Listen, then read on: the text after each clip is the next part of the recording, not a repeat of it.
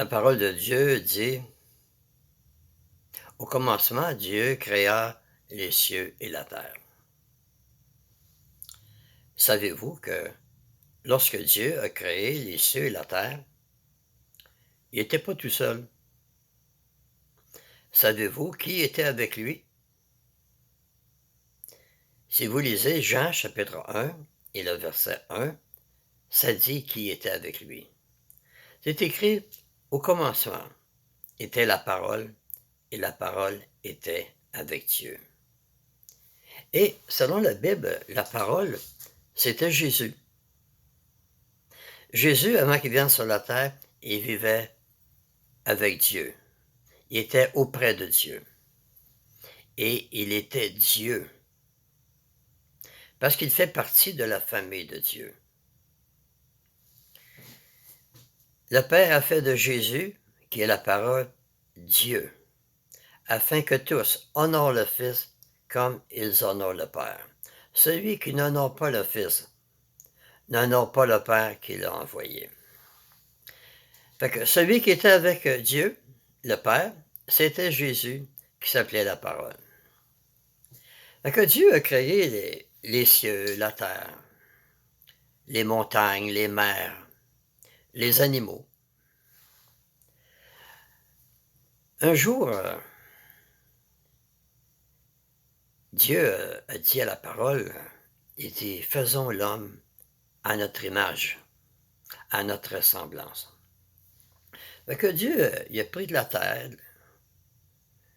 terre du sol, et il a fait un bonhomme avec. Il a soufflé dans ses narines le souffle de vie, et ça le fait un être vivant, ou une âme vivante. Ça veut dire la même chose. Fait que Adam, il était dans le paradis avec les animaux. Il voyait les animaux que chaque animal avait sa compagne. Et lui, il était tout seul. Et là, Dieu a dit: «Il n'est pas bon que l'homme soit seul. Je vais lui faire une compagne». Fait que Dieu a endormi Adam, puis pendant qu'il dormait, il a pris une de ses côtes. Et avec la côte, il a formé une femme avec. Et il a fermé la chair à sa place. La femme s'appelait Ève, qui signifie mère de tous les vivants. Parce que nous, qui sommes vivants aujourd'hui, on est tous les descendants d'Adam et Ève. Et si nous, on vieillit, on tombe malade, qu'on meurt, vous allez voir plus loin que c'est à cause d'eux autres. Fait que Dieu avait dit à Adam: «Vous pouvez manger de tous les arbres du jardin. Mais il y a un arbre, je ne veux pas que vous y touchiez. Je ne veux pas que vous en mangez. Parce que le jour où vous allez en manger, vous allez mourir». Le fruit de l'arbre n'était pas empoisonné. C'était juste pour voir s'il était obéissant. Fait qu'un jour, Ève était proche de l'arbre, qui était défendu de manger. Elle a entendu sa voix. Ève, là, elle s'est approchée, elle a écouté. Ève, c'est un serpent qui parlait. On sait qu'un serpent, ça parle pas. C'était Satan qui parlait par l'entremise du serpent. Satan, c'est un vrai serpent. Il est rusé comme un serpent. Il a dit à Ève: «C'est-tu vrai, Dieu a dit de ne pas manger cet arbre-là? Regarde, il est beau, c'est un beau fruit». Elle dit: «Il ne veut pas qu'on en mange. Il ne veut même pas qu'on y touche. Puis il nous a dit que si on en mange, on va mourir». Là, Satan, il a dit: «Qu'est-ce qu'il dit, Dieu, là? C'est pas vrai». Parce qu'il sait que si vous en mangez, vous allez devenir comme Dieu, connaissant le bon et le mauvais. Elle a écouté qu'est-ce que Satan disait. Elle a regardé le fruit, il était désirable à la vue. Fait qu'elle s'est laissée tenter à en manger. Puis quand elle a vu Adam, elle dit: «Adam, regarde, j'ai mangé le fruit que Dieu ne voulait pas et je suis même pas mort». Adam, il aimait Ève, elle devait être belle. Il ne voulait pas y faire de la peine. Il en a mangé. Et là, en mangeant, ils ont commencé à vieillir et ils ont fini par mourir. Ils ne sont pas morts tout de suite. Adam est mort à 930 ans. Et là, ils ont été chassés du paradis. Et Dieu a mis 2 chérubins à la porte du paradis avec l'épée flamboyante pour pas qu'ils rentrent, pour pas qu'ils aient la vie éternelle. La porte du paradis fut complètement fermée.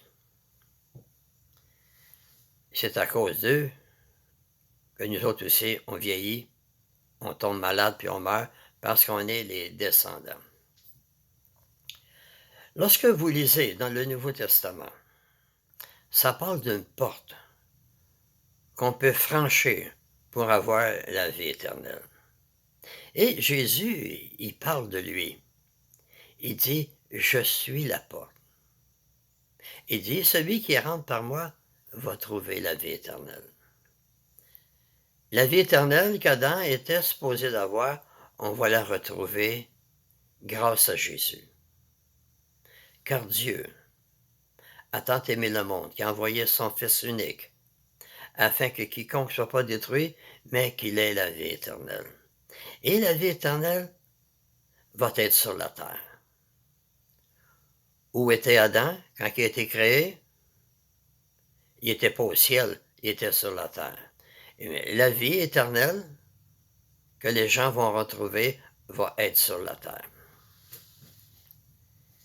Mais comment Dieu va faire pour que la terre redevienne un paradis? Mais il va se servir de son royaume. Selon la Bible, un royaume, c'est un gouvernement. Et Dieu a mis Jésus comme un roi dedans. C'est lui qui va gouverner la terre. Et Jésus ne sera pas tout seul. Il va avoir des personnes à lui que Dieu a choisies sur la terre pour être avec lui. Jésus est allé lui préparer une place, puis il va revenir, puis il va les prendre avec lui, afin que là où il est, ils vont y être aussi. Ils deviennent des sacrificateurs de Dieu et ils règnent avec Jésus pendant les 1000 ans. Et eux, ils ont un grand privilège. Ils ont l'immortalité et ils ne mourront jamais. Ils ne peuvent pas mourir. Ils forment la Nouvelle Jérusalem. Et dans la Bible, c'est écrit que la Nouvelle Jérusalem va descendre auprès de Dieu sur la terre. Jésus va revenir en personne, venir gouverner la terre. Il va mettre son pied sur le mont des Oliviers, qui est en face de Jérusalem. Et c'est écrit dans la Bible. Le royaume de Dieu va détruire tous les gouvernements qu'il y a sur la terre, et c'est lui seul qui va gouverner la terre. Et son royaume, son gouvernement, il n'y aura pas de fin. Lorsque Dieu va gouverner la terre par Jésus, il va y avoir de belles choses sur la terre. Si vous avez perdu un membre de votre famille qui est décédé, vous allez le revoir en personne, en chair et en os. Vous irez voir le livre d'Ézéchiel au chapitre 37, à partir du verset 4. Ça dit que Dieu va leur redonner de la chair, de la peau et des nerfs.